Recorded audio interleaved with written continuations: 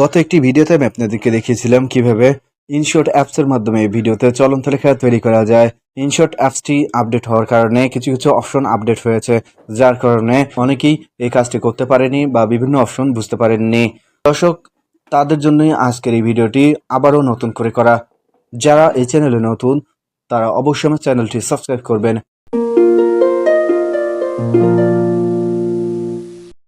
Photo editing, video editing বা audio editing এই বিষয়ে যে কোনো কিছু জানার থাকলে অবশ্যই আমাকে কমেন্ট বক্সে জানিয়ে দেবেন।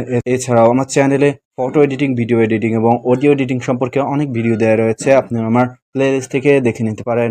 প্রথমে আপনারা ইনশট অ্যাপসটি ডাউনলোড করুন। এছাড়াও যাদের অলরেডি ইনশট অ্যাপস রয়েছে কিন্তু আপডেট নেই, এক্ষেত্রে তারা গুগল প্লে স্টোরে চলে যাবেন।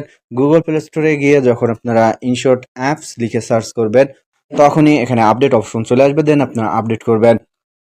এখন আমি আপনাদেরকে ওপেন করে দেখাচ্ছি। অ্যাপসটি ওপেন করার পর প্রথমে ভিডিও আইকনে টাচ করবেন, এরপর প্লাস নিয়ে ক্লিক করে আপনি কোন ভিডিওতে চলন্ত রেখা তৈরি করতে চান সেই ভিডিওটি এখান থেকে সিলেক্ট করুন। সাপোজ আমি এই ভিডিওতে চলন্ত রেখা তৈরি করতে চাই, সো এই ভিডিওটি আমি সিলেক্ট করলাম। ভিডিওটি সিলেক্ট করার পর প্রথমে ক্যানভাস অপশনে চলে যাবেন। ক্যানভাস অপশনে চলে গিয়ে এখানে নির্দিষ্ট সাইজ দেওয়া রয়েছে, আপনি আপনার পছন্দ অনুযায়ী নির্দিষ্ট সাইজে দিয়ে রাখবেন। যেহেতু ইউটিউবের স্ট্যান্ডার্ড সাইজ হচ্ছে 16:90, সো আমি এই অপশনে রেখে দিলাম। এরপর টিকমার্ক অপশনে ক্লিক করবেন। দর্শক, এখন আপনারা চলন্ত রেখা তৈরি করার জন্য প্রথমে টেক্সট অপশনে ক্লিক করবেন। টেক্সট অপশনে ক্লিক করার পর আপনি কি লিখবেন সেটি এখানে লিখুন। ভিডিওটি ভালো লেগে থাকলে অবশ্যই একটি লাইক দিবেন এবং ফেসবুক সহ অন্যান্য সামাজিক যোগাযোগ মাধ্যমে ভিডিওটি শেয়ার করবেন।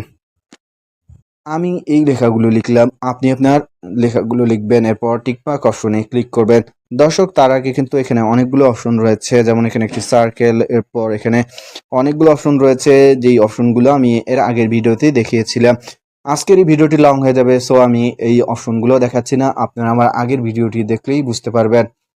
লেখা হয়ে গেলে দেন টেকমার্ক অপশনে ক্লিক করবেন। এরপর লেখার যে লেয়ারটি রয়েছে সেটি এভাবে ড্র্যাগ করবেন এবং আপনি ভিডিওর কোন অবধি নেবেন সেই অবধি নিয়ে যাবেন, অথবা যদি ভিডিওর শেষ অবধি নিতে চান এক্ষেত্রে জাস্ট এখানে একটি ক্লিক করবেন, দেন ভিডিও এন্ড এই অপশনে ক্লিক করলে পুরো ভিডিও জুড়ে আপনার এই লেখাটি চলে যাবে। এর আগের অ্যাপসে কি ফ্রেম নিচে ছিল, বর্তমানে কি ফ্রেম যে অপশনটি রয়েছে সেটি উপরে দেওয়া হয়েছে। এখানে যেই অপশনটি দেখতে পাচ্ছেন এটি মূলত কি ফ্রেম, যেটি আগের ভিডিওতে দেখিয়েছিলাম। প্রথমে আপনারা লেখার লেয়ারটিতে টাচ করুন। লেখার লেয়ারটিতে টাচ করার সাথে সাথে চারিদিকে সাদা অংশ ধারণ করবে, তাহলে বুঝতে পারবেন আপনি সঠিকভাবে টাচ করতে পেরেছেন।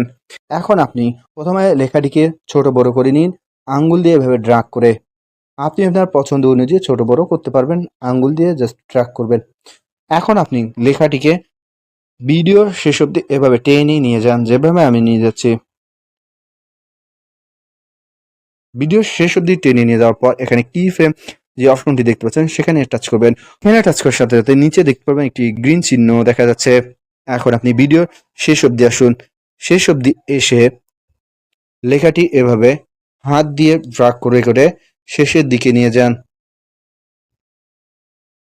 এখানে যদি আপনি আঁকাবাঁকা ভাবে নিয়ে যান এক্ষেত্রে কিন্তু আপনার চলন্ত লেখাটাও আঁকাবাঁকা হয়ে যাবে, সো আপনি হাত দিয়ে জাস্ট সোজাসুজি এভাবে ড্র্যাগ করবেন এবং ভিডিওটার শেষের দিকে লেখাটি নিয়ে যাবেন।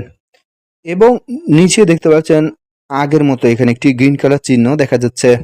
এখন আপনার কাজ শেষ, এখন আপনি টিকমার্ক অপশনে ক্লিক করুন, দেন ভিডিওটি প্লে করে দেখুন। দর্শক, বুঝতেই পেরেছেন কিভাবে এই চলন্ত লেখাটি তৈরি করতে হয়। যারা এই ভিডিওতে নতুন তারা আমার আগের ভিডিওটি দেখে নেবেন। আগের ভিডিওটি দেখে নিলে আপনি বিভিন্ন অপশন সম্পর্কে জানতে পারবেন।